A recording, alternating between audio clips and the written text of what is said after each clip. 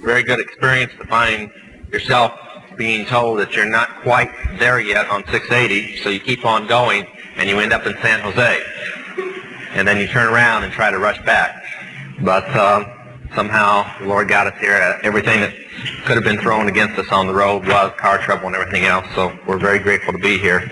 I kept saying over and over as I prayed going down the road that this had to be something tonight, some type of fantastic meeting, because usually when we're this well fought getting to a place, something's going to take place. So I came in expecting something. I'm sure you were expecting to leave, as late as it is. But if you must go, as they said, go ahead. Otherwise, bear with me. I'll try not to keep you too long. The only complaint that my pastor has against me is that I'm long-winded. And the only complaint that another pastor had last Sunday night was that I wasn't long-winded enough. He wanted to go to 11. And I promise not to keep you that late. But anyway, I don't fool around, so I'll just start right out. I can only make you one promise that what I've got to say is the truth. It won't seem that way to some of you. It'll just seem that I'm either crazy or I'm the biggest liar and storyteller in the world. That's what our televisions have done to us. They've gotten us to a frame of mind that we do not realize the real world around us. When I talk in many youth rallies, many of the Christian schools, I start right out by tearing their television and rock idols down by personal experiences that I've had with them in the occult world. And then from there we try to build them up with real heroes, the number one being Jesus Christ. But I come from a family where I grew up having my own heroes. My number one hero was my great, somewhere way back there, grandfather named Francis Collins. Francis Collins owned the first ship that Puritans landed in here. It just so happened that 50% of the people on board were also witchcraft people fleeing from Scotland. And they were called the Collinses.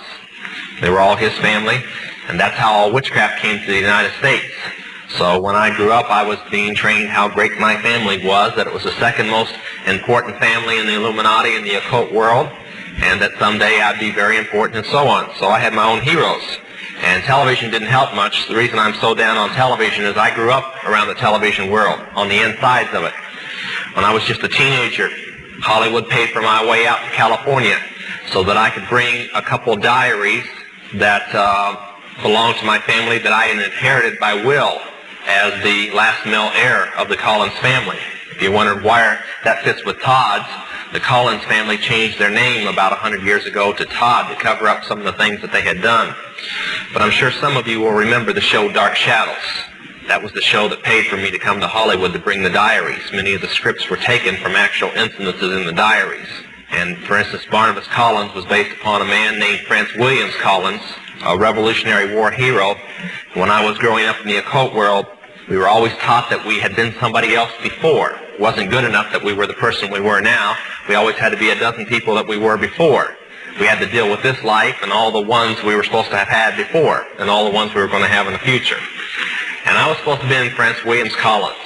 So I said that's who they based Barnabas on, so I wasn't exactly the nicest guy in the world.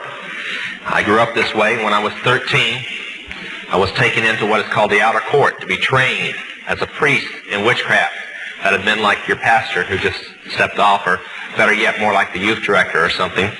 When I was 18, I was initiated a high priest. That would have made me the pastor. At the same time, I became draft exempt. I did not have to go into service, but a bunch of us smart-aleck young, I have to correct the pastor, not warlocks, but wizards and witches, went into the Army because we felt the Army really needed witchcraft. It just couldn't get along without us. And since the Army didn't think that they needed any chaplains that were witches, we just kind of went in on our own. So I went on in, along with a lot of others, and I never did anything, I guess, halfway. I got in Vietnam, found out I liked Vietnam so well, I was willing to re-enlist. In fact, I'd already signed the papers to stay for another tour in Vietnam when I became wounded in the last month of the first tour, and I was shipped back to the United States. My time was almost up, so I was discharged, and the same day I re-enlisted. I asked for Vietnam, and they said because of my wounds that hadn't totally healed yet, I couldn't go to Vietnam yet, so I got Germany. And I had re-enlisted for 6 years. And until the time of my re-enlistment, I always thought that witchcraft was just witchcraft. There was nothing more to witchcraft than just casting spells, and that we were smarter than the Christians and other religions because we really knew who the gods were, and we were born with special powers because our ancestors had passed them down to us, and all the little stories they like to tell us. Witchcraft was a little different at that time. When I first got into it as a young person, you had to be from a family that had generations after generations of witchcraft. In order to be a coven member at the time, you had to have 3 generations at least. While the minimum that I had that we could find was 7. So there wasn't any problem, and we knew it went past that where there weren't records kept anymore. But that was all witchcraft was. As I tell many people, when many of you were raised as Christians, and I guess that's why I can't understand why some of the Christian teenagers are the way they are today. If they were raised in this glorious gospel, why they're so rebellious. I would have given anything to have been raised this way. But when you were learning the 23rd Psalm, I was learning the witch's chant. When you were reading about Moses opening the Red Sea, I was reading J.R.R. Tolkien.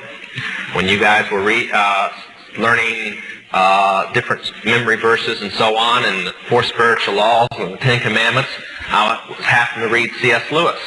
Of course, I've been greatly surprised that Christians read that too.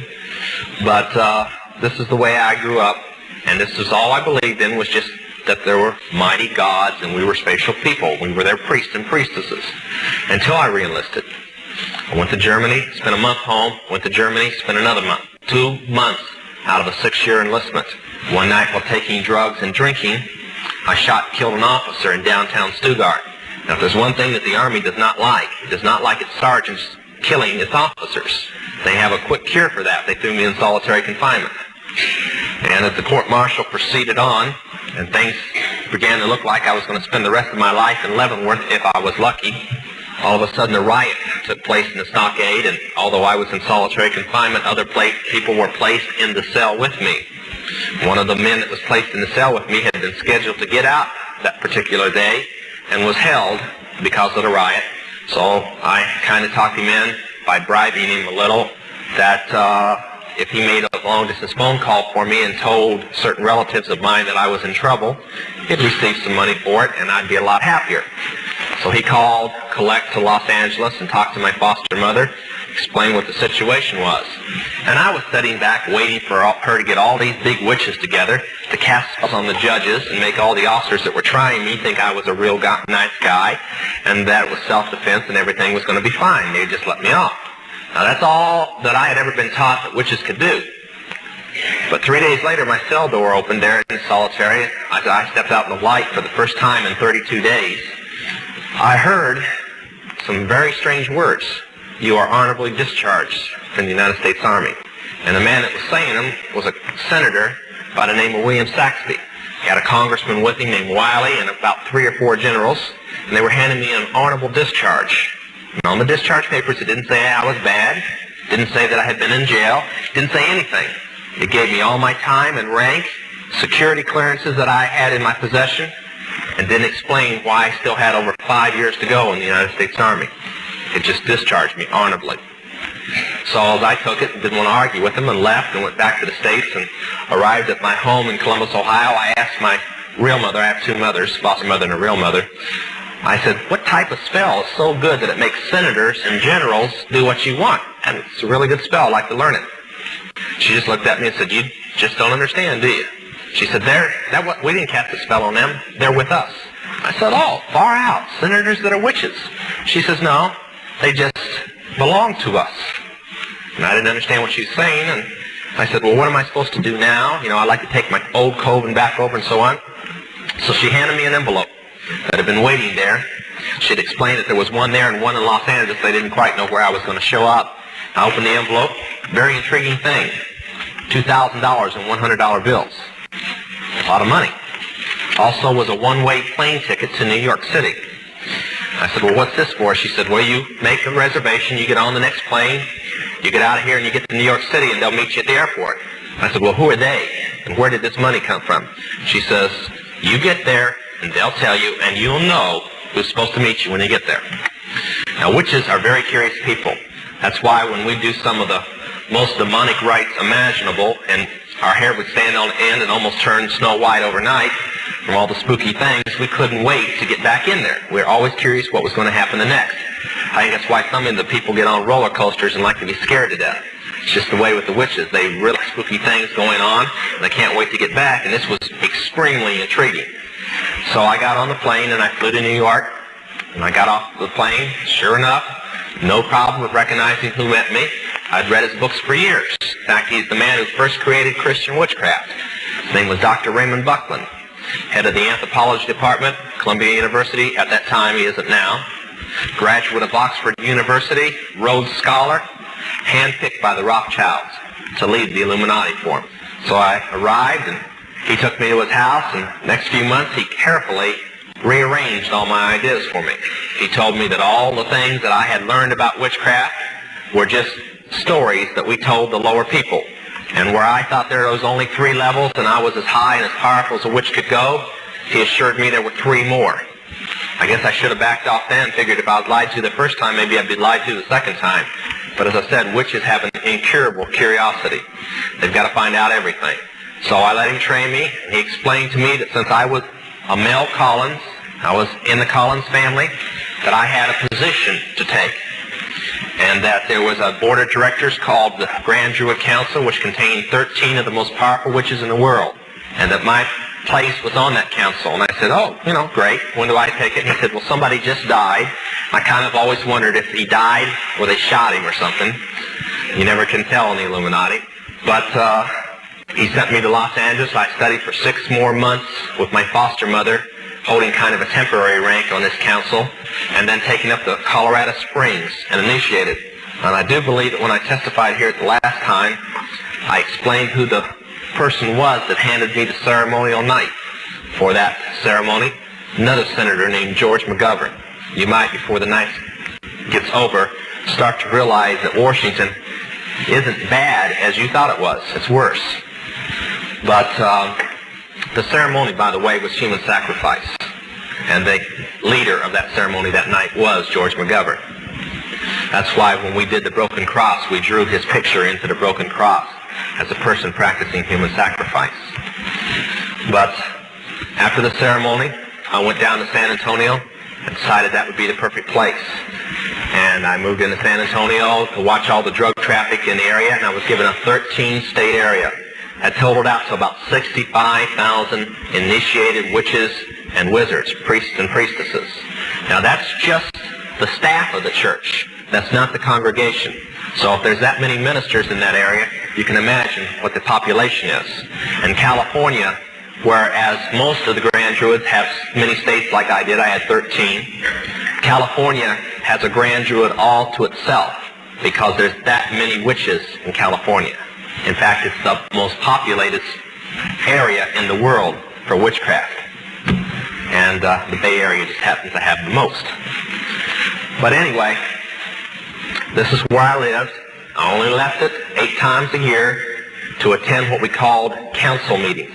Now, to give you an idea, Monday was one of those council meetings. They hold them 8 times a year. May 1st, they held a council meeting, and from our information, they held it in San Francisco. So you were kind of close to it this time. Things went along fine. I enjoyed the money, par. I always thought they were kind of weird because they kept talking about controlling the world. And I thought, let's stay back with witchcraft, this world government thing, they're a little weird. Witches are never going to control the world. And finally, on August the 1st, 1972, things changed. Courier from the London Embassy, a member of our United States State Department, arrived with a courier document pouch sealed with the crest of the State Department, brought it through customs unopened, nobody could touch it, brought it in to San Antonio, and I was hosting the meeting this time. And it was on Latimus, August the 1st. The man came in, laid the pouch down in the temple room up in the casino building, walked out, and left it. He wasn't to know what was in it. The door was locked, security guards were placed on the outside, and Dr. Buckland took up what's called the A9E, the witch's ceremonial knife. He slid open the seal, unlocked everything, and took out 6 letters. We'd seen letters like this before, no big deal. They had the crest of the Illuminati, which is on the back of your $1 bill. so you can look at it later. On them, sealed in wax, red wax. The only problem was that the first 4 were standard business. They only contained checks, bribe checks and so on. Usually bribe checks start at about $500,000 to give you kind of an idea and work up into the millions. But then they've got almost all the money in the world. Why should they worry? You spend a $5 bill and you panic. For what a $5 bill feels like to you, $1 million feels like to them. So believe me, they've got the financial strength to do it. The 5th one was totally different. It's very thick, about 30 pages, and it was handwritten. Now, according to the laws of witchcraft, if anything is religious, it must be written in a special ink with a dip pen, and the person who's writing it own handwriting. Nobody, you don't dictate it. It doesn't get typed up. Nobody writes it for you. Now, in the Illuminati, the Rothschilds are not humans.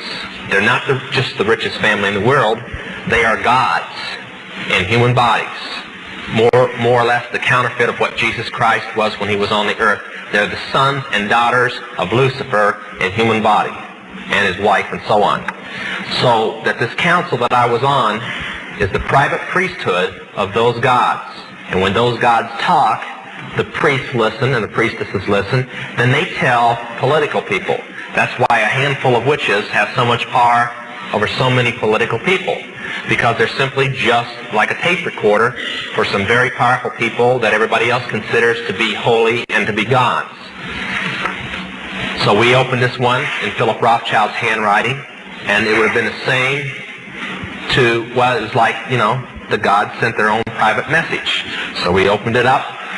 Dr. Buckland started reading it. It's a chart. A friend of mine, Dr. Tom Berry, has placed that chart in a 30-page book, and we're proofing it now, and Dr. Stuart Crane is going to publish it, and we hope to have it in Christians' hands in about 3 months. It's a step-by-step plan beginning in 1973 at the first of the year to the end of 1980 to take over the world by taking over the United States. Now, before you think that that's impossible, I've watched the news over the past 5.5 years, and they're not only on schedule, they're a year ahead of schedule. And when I told people this 5 years ago, they thought I was crazy, like a lot of people think now. When I told them that we were supposedly not going to have any fuel, although we were going to have it, and that the gasoline prices were going to go sky high, I even told them a crazy story that the farmers were going to go on strike and the coal mines were going to close down. Now, I wonder where I could have gotten a crazy idea like that. And I was saying it 5 years ago. Only when I went on the East Coast this time, nobody was laughing because they were getting cut back on electricity, and people were only working 20 hours a week because there wasn't any coal. So after reading this, I thought, these people are really crazy. Crazier and crazier. But I stopped laughing when I read the 6th letter. It was in Philip Rothschild's handwriting, too. Now, before I tell you what's in it, I want to say something. The Mormon doctrine and the witchcraft doctrine are almost identical in how the world began. According to the witches, Lucifer chose his son and his daughter, which were married, to come to the world and lead the rest of his little kids down here. Believe it or not, they're supposed to have landed in a flying saucer. And they landed here, and man was just more or less assuming their shape from apes, and they intermarried with man, and that's how, the original people were the witches that arrived, and their children became the witches, and the ones that they didn't marry with are the mortals. If you remember Bewitched, you remember the doctrine of witches and mortals.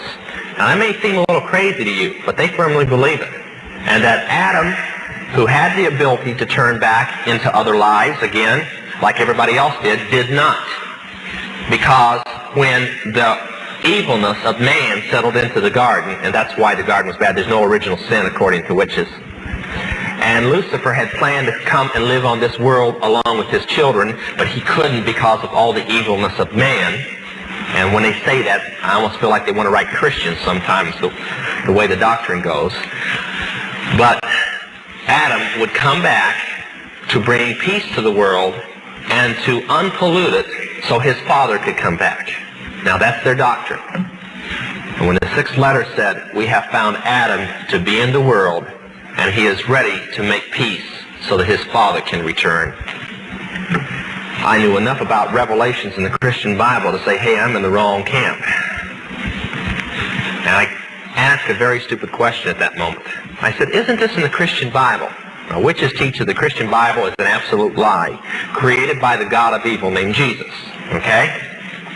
So when I asked that, I almost got lynched. Sometimes more or less like the Christians like to do when I'm 2 hours late. I got to get you to laugh somehow. So I said, well, you know, I'm just kidding. Don't worry about it. I was just joking, trying to lighten things up. They calmed down. I left, did some more drugs. Now, I was doing about $150 a day worth of crystal speed at the time. I weighed about 149 pounds, and after looking at some of my rock friends like David Crosby that's doing $200 a day worth of drugs now, I firmly believe that the Lord hadn't saved me, I probably wouldn't have made it another year. At that time, from August the 1st on, for the next 30 days, I thought of nothing but how to get out. But even though I realized that the Christian Bible was telling the truth, it just never dawned on me because of the spirits inside me that if it was telling the truth in that, then salvation and Calvary were real also. So I went on trying to think of a dozen places I could go hide in this world and marking everyone off that they'd find me any place I'd go, and deciding that since, you know, if I died, I'd just come back in another life, and that wouldn't be too good if they were running the world, so what was I going to do? Finally, God, Lord Jesus Christ, I want to say that because I come from a world that Lucifer has been God too. Finally, the Lord Jesus Christ started moving for this. The best way I know how to put it. I don't believe in accidents. I don't believe that my salvation or anybody else's salvation was an accident. I believe in God incident. I believe that God sets in motion the things to bring you about. You still have the choice. But many of you who don't know Him tonight, the Lord brought you here whether you know it or not. Much of you were probably brought here by praying friends and relatives. A man found his daughter, a pastor by the name of Smith, found his daughter, an initiated witch, shortly thereafter, he told me later, he said, I couldn't believe it. Here I was, I went to Baylor University, I was a minister in the Southern Baptist Church, and Baylor did everything but hit me over the head that there was no devil and no witches and no demons in this day and age, much like many fundamental Bible colleges I know today. He said, so I had to relearn all over again. Instead of taking man's idea, I took the Word of God. I found that Deuteronomy 18, 18, 19, and 20 gave a list of witchcraft in the occult world. And that Acts 16, 16, 17, 18, and 19 gave the power over witchcraft, what its power was, and how to handle its power and the power over it, which is the taking authority over the devil and the demons that are in witches. That's how they get their power. The stronger the witch, the more demons that they have allowed in. When they take a young person and they train them for witchcraft, they give them what lovingly, I guess, called homework. They give them assignments that they're to do. And the assignments tear down every moral fiber and training that the person has. And just literally, they become a human chalice. They fill up with demons. As they do these things, they break down all the barriers holding the devil back. And when they're done, they have a very programmed, very brainwashed, and very powerful supernatural witch or wizard. So he prayed and he fasted. I heard Jack Howells the other day. I guess I never realized until I heard him how little Christians pray and fast. He's been around a long time and says he's only met a handful of praying and fasting Christians, and I can believe it anymore. But this minister prayed and he fasted. He said, God, let me cross Lance Collins' path. And that was my occult name. He prayed and finally he felt this is the time, and he got up one morning, Saturday morning, a few days before Labor Day in 1972, and he went downtown and he started going through the occult stores. Now was never in the occult stores there much. And the one building that I lived in, there were 2 occult stores in that building, downtown San Antonio. One day, one of the managers that Saturday morning had an overdose of drugs, was critical and couldn't make it in, and I had to go unlock the place for the sales girl to come in. And I just unlocked, got all the cash fixed up and everything, was getting ready to leave, hadn't been there more than about 5 minutes, and his pastor came in. Now, I knew he was a Baptist the moment he walked through the door. He carried a big black Bible. You have to be in southern Texas to understand. They don't go any place without a big black Thompson or something like that. You carry Schofields up here, they carry Thompsons down there. As one pastor says, I like a rapid-fire Bible. But he came in, and I remember telling Linda, the girl that was with me, oh boy, here comes trouble. He walked up and he said, I'm looking for Lance Collins, and kind of braced myself, and I said, I'm Lance Collins, can I help you? And he said, well, I want to tell you about the love of Jesus. I said, I don't want to hear it. I don't want to hear it. You take your Christian garbage and you go somewhere else. I remember the words very distinct. So he started preaching anyway. They figured he was there. He just dug his heels in and opened up. Well, I gave him about 2 sentences, and the spirits in me took over, and they started cussing. He just kept on preaching. So I started reciting chants, demonic chants, out to block what he was doing. Usually it got Christians scared and they ran off. He didn't budge. He stopped and he said, well, I see, Ephesians 6:12. I'm not warring against Lance Collins. I'm warring against the demons inside him. So, since they want to talk to me, I order them to be silent in the name of Jesus. And he just started in a very powerful prayer, pleading the blood of Jesus Christ, and finally ending with this. He says, I order in the name of Jesus the devil to stop giving you any power of witchcraft and to stop giving you any of his benefits, and took one look at me and saw that I was on drugs and said, and stop giving you drugs. Now parents, listen to me. If your kids are on drugs and you've got a problem, stop preaching to them. Just order the demon inside them and the devil to stop supplying them the drugs. You'd be surprised, we've done it, how fast the pushers and dealers they're getting their drugs from get busted all of a sudden. Try it. It works. And when he was done, he says, now I'm going to pray and fast for you, Lance, until you get saved. And I don't know why I said it. I just said, you're crazy. Don't do that. Don't do that. I remember I've told dozens of witches, I'm going to pray and fast till you get saved. Don't do that. One thing a demon does not like is prayer and fasting. He turned around. He walked off. One thing that had intrigued me, I kept trying to convince myself that I had shut up to listen to him because he was so weird. But what it was simply he had taken authority over the demons, and I had shut up, and I had heard the whole thing. I went on upstairs, very shaken and not knowing why, very sick and not knowing why. I'd never felt like this in my life. I'd never come up against a Christian like this. Usually I said, I'm a witch, and they couldn't wait to find the nearest bomb shelter or crawl under the bed or get the straitjacket out. Well, something about my eyes back then, they never questioned when I said I was a witch. They just took off running. So I went upstairs, took out my drugs, my needle, did a fix, no problem. I had sent all the rest of my drugs out that night, big shipments that we had stored around the area, to other states because we had a huge shipment coming in that night.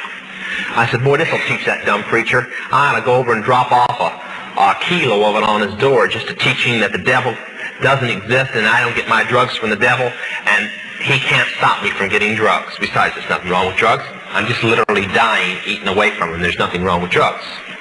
This is how the young people are today. Their friends are overdosing.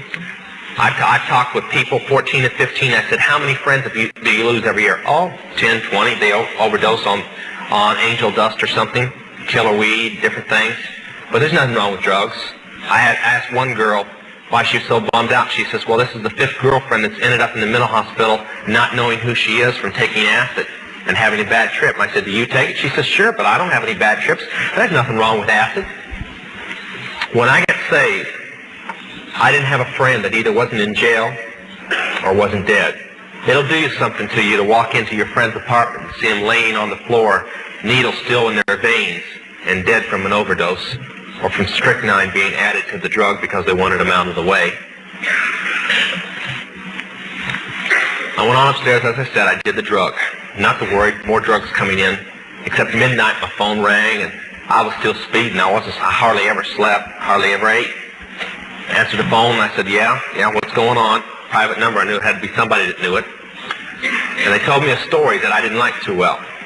We had paid off the Border Patrol. Everything was taken care of, standard run of drugs. Except that night, the ATF had heard that some illegal aliens were coming across the border. They called all the Border Patrol over, from the regular stations, and had put on reserve units. And a guy that was so spaced out, he had sampled a little of pure speed. There was 3 huge cartons about this big, close to $1 million worth of speed, in the back of the car, just sitting on the back seat with the lid off where everybody could see it. He wasn't worried. Drove up to the thing, and the guy wheels out a gun and says, "You're under arrest." It's all over in a matter of moments. I'm sure he never even realized what happened. It was all because a preacher took authority over the devil. When I got that call, come flooding back. This guy's weird. Here he is stopping my drugs. And I said, no, that's just an accident. But it never had happened before. So I realized after, calming down about the situation that I was going to be going through withdrawal pretty soon. So I made some local calls. Nobody had anything. Most people around there were on heroin and not speed. So I made some out-of-state calls and finally found in the state of Ohio some of the drugs that we had sent on had arrived, and that they would get them down there, but it'd be like Tuesday morning because of legal police actions they were having up there. But that's too long for somebody on drugs as bad as I was. Sure enough, by Monday night, I almost didn't know who I was anymore. Bound and determined that I was going to get drugs no matter what had to be. I got a handgun, went in my car, started the drive out. I was going to go to every area around that I knew if I had to kill the person I was going to get drugs. And wrecked the car trying to get out of the parking lot. Just got out of the car, left the gun and everything just sitting there. Started walking down the street kind of in a daze, trying to get myself together, and came upon a movie theater. Big bright lights attracted me. Just paid my money. Wasn't paying attention to the movie. Nothing. Went on in. Got about 3 rows back right from the screen. Here was some idiot up there waving a Bible all over the place and flash bulbs going off, and it was a movie called The Cross and the Switchblade. As I got mad about this, what am I into now and stuff, I started getting intrigued with a character named Nicky Cruz. And I guess I probably got everybody in that theater mad at me because I kept yelling at Dave Wilkerson, "Stay away from him, preacher, dumb Christian, leave him alone, he's just fine the way he is." All the way through the movie, cussing this guy out and telling him to leave Nicky Cruz alone. Finally, something very weird happened. Now, we knew that Christians talked about being born again, but then born again was a phrase used by the Masons and a phrase used by the witches. Didn't mean anything. But we had been taught by the doctrine of astrology, which, by the way, it takes 3 things to practice witchcraft: astrology, herbs, and jewelry, or talismans. So witchcraft and astrology I learned from a very early child. One thing I'd been taught was I was born a set personality. The stars had decided what my personality was going to be like. And there was no way, no rite in witchcraft, no nothing that would ever change my personality. If I was bad, I was bad. Besides, I didn't consider myself too bad. I mean, I could have always been a Christian. That would have been terrible. So I sat there and I watched him, and he changed. He wasn't just as saying, "I'm born again." He changed. Now listen to me tonight. If you walked the aisle and you've given your heart to God, and there wasn't a complete turnaround, a complete change, and you went back to the way that you were 5 minutes before you walked that aisle, something is wrong. I'm not a Billy Graham that will have you say 3 words and say you're saved. It's in the fruit, and if there has not been a change in your life, something's wrong. And I got up and I walked out of that theater in utter confusion. Here was another thing that was in the Word of God that was happening. I walked on out. A man walked up. About a dozen of us, I guess, were walking out of the theater at the one time. He walked up and he passed 1 track out. He gave it to me. He turned around, didn't say much. He just said, "This is for you," turned around and walked off. The track was called Bewitched. So I sat there and I read. I said, this guy's pretty smart. He says that Bewitched was put on by the witches. Well, I knew that. My foster mother was one of the producers. I practically grew up on the sets. I sat there and I watched the rest of the track, Ouija board being run by demons. Well, we knew that. That's why witches didn't use Ouija boards. We let the Christians use it. So I read on, but the one thing I could not get over was this hell thing with the flames and the devil, because witches don't believe in the devil. Satanists do, not witches. So I said, this guy's so right, but he's probably just a dumb Christian. Threw it in the water, walked on. Started going to go back to my apartment, got in the casino building, heard the music coming from one of our nightclubs there called the Club Aquarius, decided to go on over. Nobody there that I knew except the staff, so I went on back and locked the door to the manager's office and I sat down. I said, I got to think this thing out. I'd like to talk to a Christian. I was talking to a man on the phone today, Jack Chick, and he was going over all the people that he had found in his investigations that were on the Illuminati payroll that were ministers, supposed to be fundamental ministers. And I said, yeah, I know, Jack. As I sat in that manager's office that night, he knew my testimony. I said, my biggest problem was I spent 2 hours trying to think of a pastor in the town that we did not have on our payoff.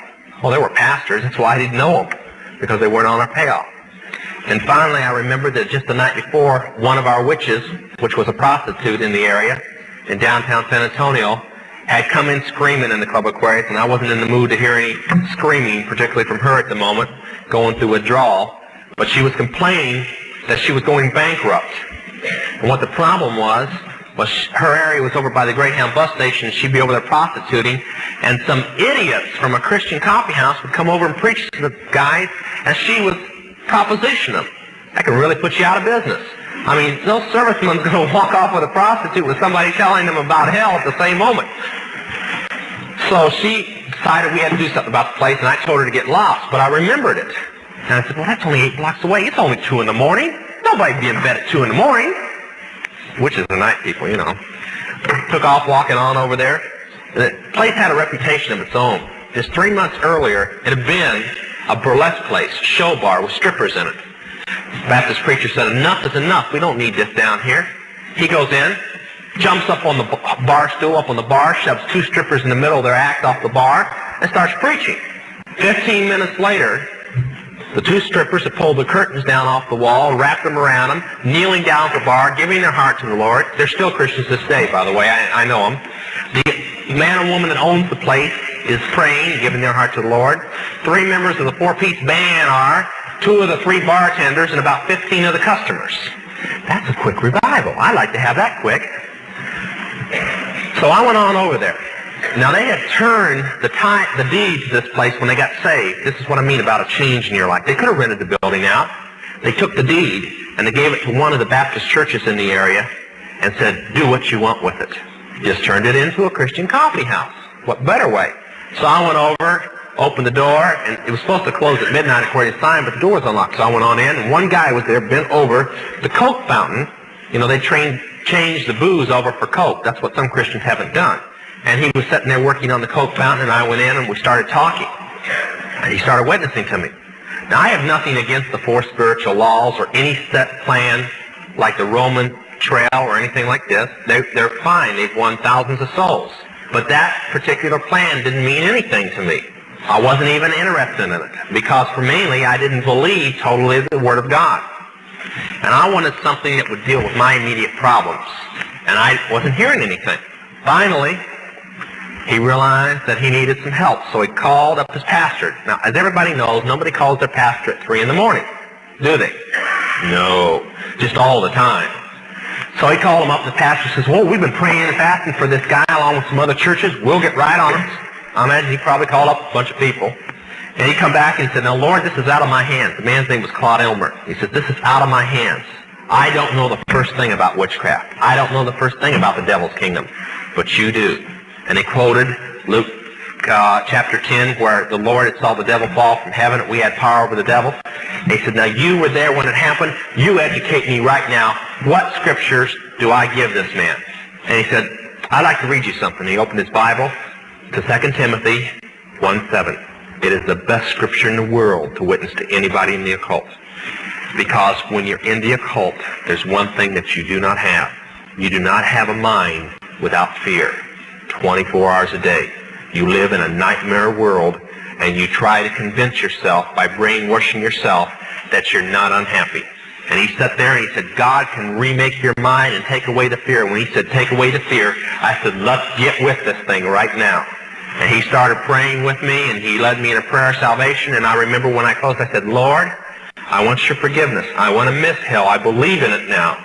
But I want you to take this fear out of my life. And I was sitting there shaking, scared to death. Somebody's going to walk through the door anytime and see me in this place and report me. I said, Lord, take the fear away. And when I got up out of there, I didn't have any fear. In fact, I walked back, went right on in my apartment, sat down, took a Bible with me. And when I went down the next day, I was reading the Bible, walking into the occult store. The fear was so far gone, I almost got myself killed. When God does it, he does it right. Now, we've been trying to minister to people in the occult for a long time. We've really been spinning our wheels for 5.5 years. We've gotten about 500 people saved. About 50 of them have been killed. When I was here last, we've been in prayer for 2 weeks about a new idea that we felt would work. And that was a retreat for the occult to go to.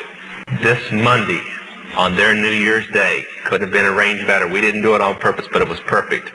While their grand jurors were meeting, our rehab center opened. First candidate is already in it. Right now, coming from Maryland, is a girl that's the second most powerful person that had ever left the Illuminati. Philip Rothschild's own girlfriend, teenage girlfriend, left of the occult from the 11th richest family. Found out about the house going to be opened before our plan to release the news through Chick publication tracks and the phone numbers to go with it ever came out. They're not even off the press yet, and the occult world already knows and is calling hotline numbers that aren't even published yet. They somehow found the numbers. Another girl was saved 2 days ago. I don't even know who she is. I'm holding my breath because she knows me. Jack Chick got a call today. So the girl walked into a Christian bookstore and says, "I hear John Todd's still alive." The guy said, "Yes." "He's been alive for 5.5 years?" And he said, "Yes." "Well, if he can be alive for 5.5 years, I can be alive for 5.5 years. I want to become a Christian and get out." Now that is sweeping. That type of news is sweeping. You may not understand what that means. But if you were in East Berlin trying to get to West Berlin and there was a wall of death between you, you'd know what it means. If they tore that Berlin Wall down, you can imagine the East Berliners, how many would be flooding to West Berlin. Well, that wall of fear and death that the Illuminati has so strongly built up has just been shattered. We have done in the last month things on purpose that they have promised the occult world would never happen. Isaac Bonowitz, the Rothschild's own enforcer and one of those 13 top witches, lives in Frisco. He promised that the #1 witchcraft city in the United States, I would never preach in, San Francisco. We preached there 2 Sundays ago. He's got a lot of explaining to do. And the word is getting around. We need your prayers. There's a revival breaking open in the occult world now. They have gotten the word. There's a way out. I'm just going to have to start praying for 3 or 4 more buildings. Because if this carload gets here, we're not going to have much more room. We got a 4-bedroom house. It can fill up pretty quick with a bunch of witches in it. So, by the way, we need your prayers just for that. You've never been in a situation where you have about 15 witches all around you at one time, all with different problems. My poor wife, she couldn't come with me tonight because she's setting up trying to get this one girl through it right now. So we do need your prayers. I want to thank the people who did take envelopes and send them. I think something like 500 envelopes were taken that night, and we received them. But those 10 helped get that house open. And I want to thank the people who sent them. But I'm asking your prayers. We need your prayers. Now, if the pastor comes up, I want to say a couple words. You may not be in witchcraft. You may not think that this message has anything to do with you. But you're missing the whole point. I was in a world where it was impossible to become a Christian, and Jesus made me one. I was by one of the girls that I used to live with when I was in the occult world recently. She was at a very important witchcraft meeting that we happened to find out about, and I pulled into the parking lot for a few minutes to see who was there. And she walked by the car and had a couple of Christian brothers with me. She looked in the car and just smiled and kept on walking, never recognized me.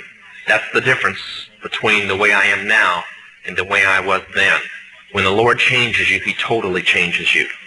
Now, we give our testimony for several reasons, to show that no matter what, whether you were raised a Christian and you know all your life, or you were raised in the worst frame of life, it's still the same miracle. God still saves you just the same.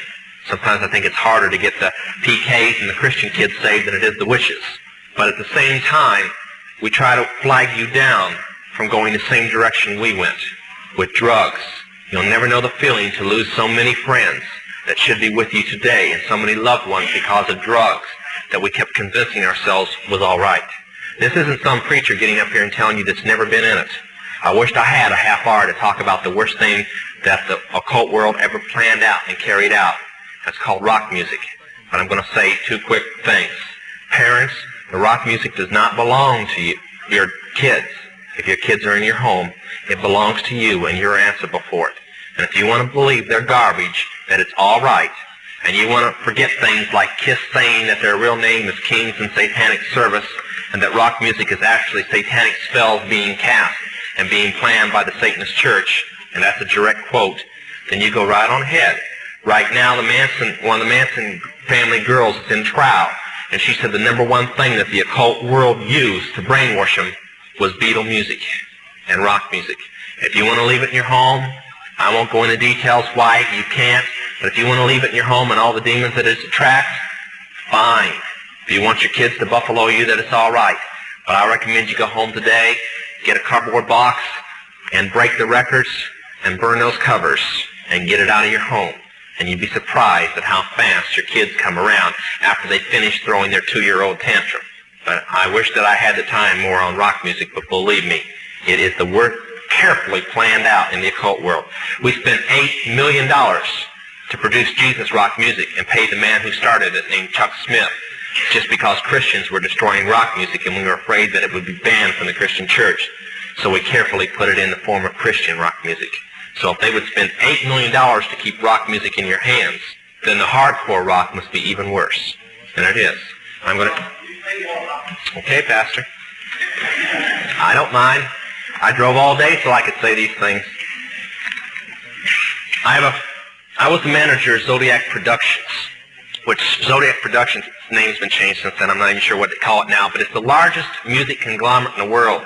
It owns RCA Records, Columbia Records, Motown Records, owns almost all the concert booking agencies in the United States. And that's not even the name of the company that owns it. The name of the company that owns it is Brenner Enterprises, and Brenner Enterprises is owned by Chase Manhattan. Chase Manhattan's owned by Standard Oil, and Standard Oil is owned by the Lords of London. You can track it all back. You kind of get the idea after a while. But I was the managing president of Zodiac Productions. It's one of my jobs as being one of these 13 people. Thus, I got to know many of the people who produce music and sing the music and play the music that you play. Recently, one of the top people in rock music from the group, can't think of the name of the group now, it's one of the top rock groups still in existence that's been around a long time, was just saved. And he told how when they'd play in their concerts, they would control, through witchcraft spells in their mind, the people to do different things in the audience. And that they'd work the audience up not with their music, but with their mind and their music combination. Now, one of the closest friends that I got during that time that I obtained was a man named David Crosby. Crosby, Still, Nash and Young. I saw David the day before Christmas last year, talked with him. I got him away from this witch that he had with him. He told her to go shopping. We were in West Hollywood, and I was witnessing around to people I knew. We went off in this store, and we started talking. I said, David, I'd like to ask you a couple questions. I said, I already know the answers, but I've been gone for 5 years. I'd like to know if certain things are still the way they were when I left. I said, now I'll have to explain some of this when I'm done, because you're not going to understand it all unless you know something about music. I said, do they still take the master to the temple room? Dave said, yeah. I said, do they still have the coven conjure demons into the master? He said, of course. I said, now, I got to know something. What's the main reason for rock music? He said, come on, Lance, you know what the reason is. I said, please, David, I don't want to guess. Tell me what the main reason is. He says, the same as when you were in, so that we can play spells on people that we couldn't cast spells upon. I'll explain what that means in a minute. I said, okay, one last thing. I've been hearing that you must be an initiated witch now to get a record contract. He said, that's right. He said, many of us that weren't total witches have to be witches now in order to produce music. I said, thank you. The master is a tape about as big as the top of this podium that looks like an overgrown 8-track that the album is cut on, and it's placed in a machine that produces and presses the records and the 8-tracks and cassettes that you buy. After it's been recorded, it's taken in. This is why a master's cut months in advance before it's released. On the full moon, it's taken in to a temple room about the size of this auditorium that is in every one of the major music companies, behind locked doors up in the executive offices. And it's placed on an altar, sitting in the north of the room, and a pentagram engraved in the floor. And 13 hand-chosen witches and wizards and a coven come in and conjure a principality or a power up, usually Regia or something like that, and order him to tell the demons under him to follow every record and every tape coming off of that master. As I tell many Christian parents, you can go home and count your kids' records, probably yours too, and count how many demons at least are there. If that's too hard for you to believe, I'm sorry. That's why they do it. Now listen to me. This is why rock music's addicting. Have you ever seen kids that got rid of their music? They go around like this. They can't wait to find a rock station somewhere, and they sneak off just like getting a cigarette or a fix, because it's addicting. That's why they can't give it up. The rest of the conversation was this. You can't cast a spell on a Christian, but you can get a Christian to cast a spell on themselves. If you give the permission for the spell to work, being a Christian won't block it. And rock music is not just a song. It is supernatural music that which is carefully designed by their spirit guides or familiar spirits in the form of spells. Now, although the devil's music's power is the music and God's music is the words, much of the songs are written in what we call witch language. Give you kind of an idea. Many of you talk on a CB, unless you know what a smoky is, and a 10-4, and a front door and back door and rocking chair and these type of things. You don't know what you're talking about. Same with witches. When you're in the first and second level, you have to learn over 2,000 words that said by anybody else mean something totally different than when you say them. Elton John has said he's never written a song or sung a song that wasn't in witch language. And I want to show you something. See how many kids in here will be honest and adults. How many remember and have heard at least several times a song called Hotel California? Somebody tell me what it meant. Quickly, somebody tell me what it meant. Huh? That's pretty close. But from the words, what did it mean? Well, that's more of a guess. See, most people can't tell you. That's why when people do drugs and they listen to songs in which language, they get some of the meaning. But most of the time, they can't tell you. Stop and think how many songs are out there that you really like, and you don't have any idea what the person was talking about. Beyond the Yellow Brick Road? How about The Destroyer by Kiss? Can anybody tell me what it's about? Kiss said in it, kids, kill your parents. They're talking about Helter Skelter. Beatles sung Helter Skelter in which language? Nobody knew what it meant. Manson did because he belonged to the process. Helter Skelter is a several thousand-year-old word. And they're believing that it's going to happen in a year from now, from this very date. Most of the music is either about Helter Skelter or a place called the Night Winds, which is what Hotel California is about, and different doctrines of witchcraft. You listen to them, your parents let you listen to them, and they have no idea. Kiss openly bragged how they were gaining control of people through their music because the people played their music. They told how they didn't form their own group. Their church, because they were ordained ministers of the Satanist church, placed them together. And that's how most of the music is done. David Crosby, when him and Crosby, Still Nash and Young produced the record Two-Way Street, they ordered the Principality of Medici to order Demons of Rebellion to go into the record, and everybody that heard it would be rebellious against law and order and government. And it was one of the reasons for the great upheaval in the 60s was that one album, and they take open credit for it. I can go on all night, but that's mainly it. Parents, get this stuff in and destroy it now. I guarantee your kids will straighten up. They may pout for a while, but they'll straighten up. Okay? Sorry it's so late. All right. We've had live action here. We're a bunch of night owls now. This ain't nothing. How many of you believe he knows what he's talking about when he talks about rock music? Huh? Not enough of the kids, I'm sorry to say. Yeah. Well, I sincerely believe he knows exactly what he's talking about there. And I hope you'll listen to him. I hope you'll hear where he's coming from. And if you continue listening to that junk, where you're going. We just cannot tolerate it as Christian people in our homes. You can't stop it from being played and sold and all that, but we can't tolerate it. You mentioned a time or two the Illuminati. Could you, in just a few words, summarize what you understand the Illuminati is? Okay. Many people call it the Great Conspiracy, which is kind of true, but actually the Illuminati is about 1,000 conspiracies all running at one time. Therefore, a lot of them backfired. But it was formed about 100 years before its original birth date. The birth date is May 1st, 1776, witches always start everything on May 1st. That's why even the communist birthday is on May 1st. That's their New Year's Day. But it means the holders of the light, or the light bearers. Now, witches have another name for it, too. Since it is a death penalty to use the name the Illuminati, you must say Mariah, which means the conquering, destroying wind. But its belief is that Lucifer is God, and that everything else is imposter, and that Lucifer can bring peace to the world by his lifters, or upholders, conspiracy. And they're going to conspire and conspire and conspire till they have a world government. Sometimes I wonder why they could be so dumb they're sitting there doing exactly what is going to lead to their destruction. But then that's usually how the devil is. He keeps everything in darkness. But that's the Illuminati. It's a world conspiracy, and I might add, an extremely powerful one.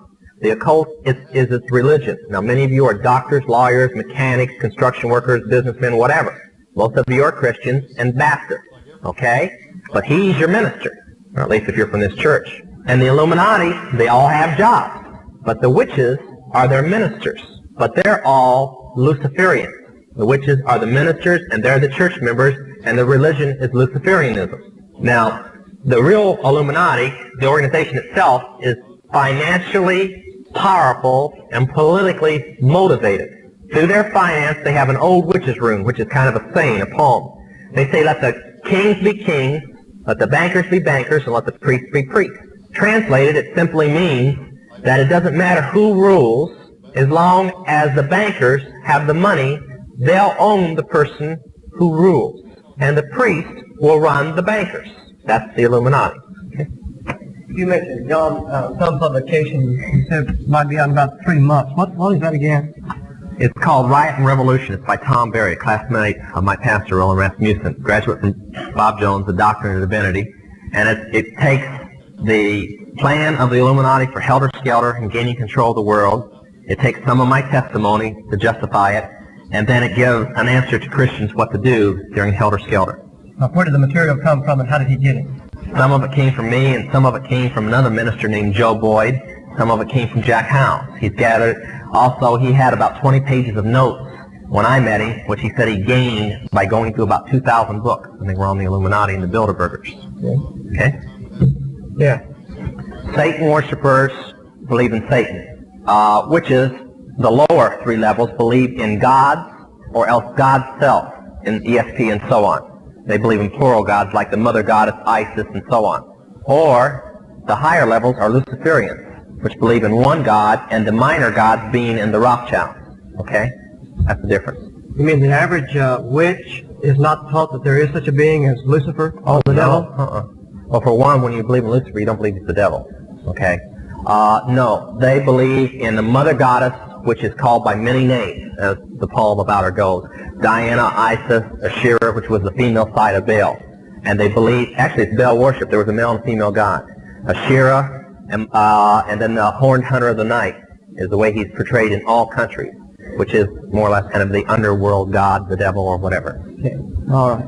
Anybody with a question or two before we're going to take a love offering here? There's no difference. What was his question? The difference between rock music and soul music. There's no difference. Okay? All right, some other question. In the back. They didn't come up with it. That was about a hurricane that somebody named Mariah. Okay? Yeah. Yes.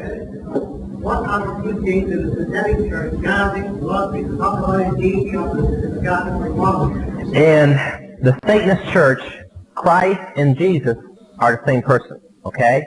No, that's the teaching.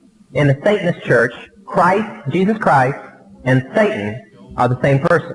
That's the Satanist belief. And the Luciferian, they believe that Jesus Christ is the God of evil. Okay? Like we would feel about the devil, they feel about Jesus. And Lucifer, they feel towards him like we'd feel about Jesus. That's what they teach. Okay? Oh, Dean? I don't know what he said, but it must have been good. Well, a pastor didn't lead me. A Christian worker led me to the Lord. The person that helped rehabilitate me was Jack Taylor, but he wasn't around much because he was the pastor. He had to run around the country speaking. It was actually his music director and the youth director. Ann Rowitz was the youth director, and the music director was Malcolm Granger. And I stayed with Malcolm, and him and his wife worked with me, and the youth director worked with me quite a bit. But I don't envy him. I've sat back now, and I guess I kind of blocked my mind out how bad I was. But watching all these kids go through rehabilitation, man, that was no easy job. They had to be on their knees a lot, I'll tell you. Black Sabbath. Talking about the music group or a Black Sabbath? Well, the music group got its name from it. A Black Sabbath is a witch's Sabbath, okay? It comes 8 times a year. Beltane, right, you get the first part, Beltane is their New Year's Day. That was May 1st, okay? Halloween is Shaham. That was also one of theirs. There's 8 of them, okay? And they come around the year, and it's more or less their big party day. Their super day. Now, if they're in the human sacrifice, they also do human sacrifice at the time. But it's a big time to have an orgy and a big drug party and this type of thing because everybody wiped out. That's the witch's Sabbath. Don? Well, not the Satanist church, but the witchcraft church is. A very, very powerful witch has a song out about witchcraft now called The Force. His name is Tom T. Hall. I just heard a very sick song recently somebody let me hear. It was by Tammy Wynette, and it was talking about Jesus Christ appearing on midnight special or something like Saturday night something. Anyway, I'm afraid that if he appeared on that rock show, he'd probably bring the Cat of Nine Tails along with him. But some of the music, if it wasn't for witchcraft being behind rock music, I'd hate country the most. Because I don't see how Christians can listen to it when it's talking about adultery and fornication, getting drunk, cutting people up, running around with everybody else's wife, and things like this. And that's all I ever hear on it. Okay? Well, Well, that's what they were referring to. Yeah, they did. No, I'm not going to tell you. Okay? I believe Vic and then Russ. Human sacrifice? That's pretty... The occasion. Oh, well, the occasion was on a Sabbath, okay? That particular Sabbath happened to be February the 2nd, Candlemas, okay? What was the rest of it? Well, it's done, that particular one was done because of an initiation ceremony that was being done, mine. But most of the cults just practice 8 times a year if they're into blood sacrifice. See, the lower witches believe that the power for witchcraft comes from orgies and sex. The higher witches believe it's attained by human blood, okay? Russ, I believe you had your hand. It's a revolution that they have planned within the United States. Most people feel that something like that will never happen in the United States. They're lying to themselves. It will happen, and it's not very far off. Well, by 1980, there'll be... Helter Skelter's only an excuse, okay? The excuse is to be able to declare martial law. That's the whole reason for it. They promised the one side that they will be able to gain control of the United States through revolution, when the whole time is they're just simply setting them up to be able to declare martial law and suspend the Constitution. And by 1980, they plan on being under martial law. Now, I'm not saying, don't all of you start lynching me at one time. I didn't say it was going to happen. I said this is their plan, okay? I'll leave it up to your own prayer life and watching the newspapers whether it's going to happen or not. Vaccine. Just like most other cults. See, Jesus Christ requires just one way. Only one way. The devil will use any way to keep your eyes off that one way. Okay? It uses the same tactics wherever it branches to. I have no idea if he came out after I got out. I have no idea. They were backing groups like him before, the Christianers and so on. I can't see much difference between them and those two groups. So they probably back him too. Okay, Mike and then Bob. Yeah, the Council of Foreign Relations. Yeah, and it's inner brainchild that runs it. It's called the Trilateral Commission. Okay? Okay, I'll leave Bob and then Barbara. Yeah, there's 7 principalities, about 200 powers. Then it starts getting down into lower people we never pay attention to, the lower spirits. Barbara? Yeah, I won't go to all. Just recently, about 3 weeks ago in April, the day before Jack House came to our church to speak, and the day after he left, I came, both times I came walking out of the church at Faith Baptist. One time I got in my car, started to drive off in the parking lot, about 30 people were standing around, and a passing car opened up on us with a gun. And then, that was Sunday night. Then Wednesday night of that week, I was walking out into the parking lot prior to the church letting out with a couple of brothers. And when we dug the bullets out of where they hit, they had fired twice at us, and the bullets were 44 caliber, 44 Magnum. So they don't play around. And the range was so close, it was from the back of that wall to here. You know that the Lord is in it. It really makes you appreciate His divine protection, let me tell you. Bruce? That world takeover plan ended with World War III.